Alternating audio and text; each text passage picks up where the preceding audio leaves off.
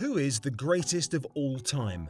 It's a question that gets posed in every sport, from soccer to snowboarding, because if fans and the media like two things, it's debates and lists. Tennis is no exception. The world's best have been competing on an equal footing in the Open era for half a century, so the list of candidates for the GOAT, or greatest of all time, is long and has got longer in the last 20 years. In the women's game, Serena Williams has comprehensively gatecrashed a conversation that used to mainly include Martina Navratilova, Steffi Graf, Chris Evert, Billie Jean King and Margaret Court. And when the new millennium dawned, no one could have foreseen three future legends of the men's game emerging to set new standards. Roger Federer, Rafael Nadal and Novak Djokovic have, between them, won 57 of the last 69 Grand Slams, dating back to 2003. But are they the best ever? Advances in racket technology, sports science and nutrition make comparisons tricky, but let's start with the numbers.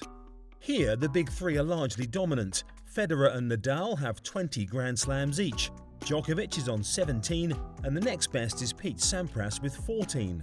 Federer, Nadal and Djokovic have also been in more Grand Slam finals, semi-finals and quarter-finals than any other player. When it comes to all tournaments, it's Jimmy Connors who has the most titles, 109, with Federer second on 103.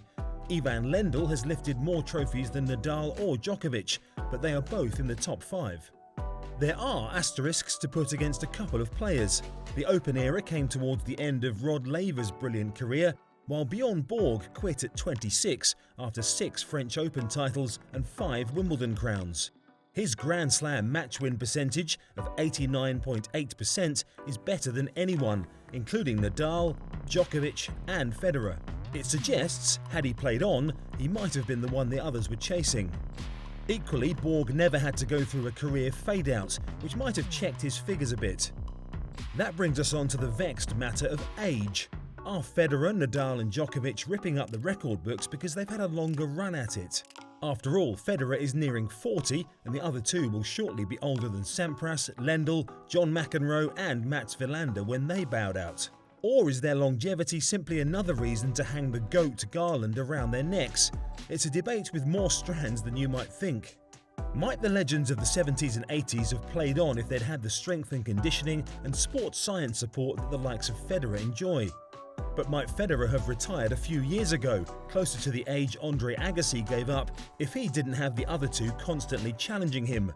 Imponderables, but worth pondering. Who are the greatest on each surface? It won't surprise anyone that every metric on clay has Nadal on top. Djokovic has a better win percentage on hard courts than anyone, and Federer's record at Halle and Wimbledon makes him the most successful on grass. And that's the point, numbers measure success. But that's not the only metric by which to define greatness. Surely the overall package is just as important. To his supporters, Federer's trophy haul is matched by that gorgeous backhand, his old-school elegance and unflappable demeanour. Nadal fans can point to his unmatched physical effort, his undoubted passion and innate ability to dissect lines with that heavy forehand.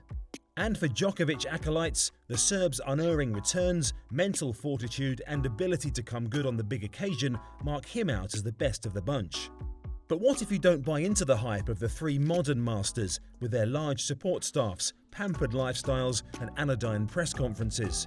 Maybe Arthur Ashe, who overcame racism and self-doubt to become not just a Grand Slam champion but also a leading anti-apartheid and AIDS awareness campaigner, should be considered the greatest. What about charisma and entertainment? Does pulling in the crowds and creating column inches put Connors, McEnroe or Agassi above the others? And what of sheer flair and unpredictability? Isn't sport about being kept on the edge of your seat or being thrilled by sudden moments of pure genius? Essentially, it all comes down to unquantifiables. No matter how many newspapers, magazines or websites try to come up with formulas that take into account these additional metrics, what it boils down to is a feeling. We'll never see prime Djokovic play peak Agassi or Federer knock up against Borg. No evidence will ever be produced beyond the raw data, and as we've seen, sport is more than that. In 2020, UK newspaper The Guardian asked its readers to nominate the greatest male players of all time. More than 1,500 respondents came up with 11 names between them, showing the uniformity of opinion, but the reasons varied wildly. For one reader, Federer's longevity set him apart. Another said Djokovic was the most rounded of the big three.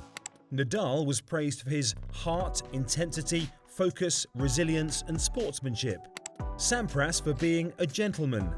McEnroe showed it's not all about how much you win, it's also about how you do it. Milva played with finesse and elegance. Borg produced revolutionary strokes. Boris Becker brought action and drama, while Ash's life was exemplary, and Connors had longevity, determination and sheer will to win. Most of the citations mentioned a player's success, but nearly all pointed to other factors that set them apart. It's summed up by reader Alan Fletcher's view of Andre Agassi. He said, "When judging sports people, we often look at the trophies they won.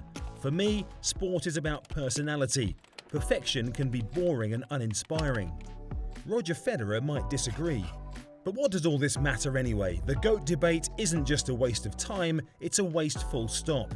Casting Federer, Nadal and Djokovic in aspic before their time does them an injustice and us a disservice. It's an injustice to them because they're incomparable to each other, let alone those from a different era. All bring slightly different skills and personalities to the court. If anything, they've been shaped by one another, evolving as players to match the ever-increasing standards set by the others. And it's a disservice to us because we can do better than to lazily try to place them in the annals of history. We need to recognise them first, foremost and singularly for what they've brought to our lives.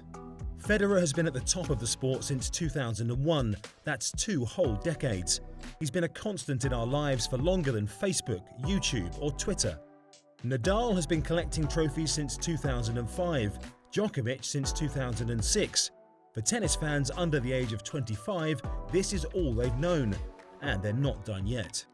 When they're gone, chances are we'll return to more open Grand Slam fields with an array of great players, but not all-time greats. Then might be the time to reflect fondly on these three as we do Milva or Borg or Connors or Agassi, but not yet, because we'll miss them when they're gone.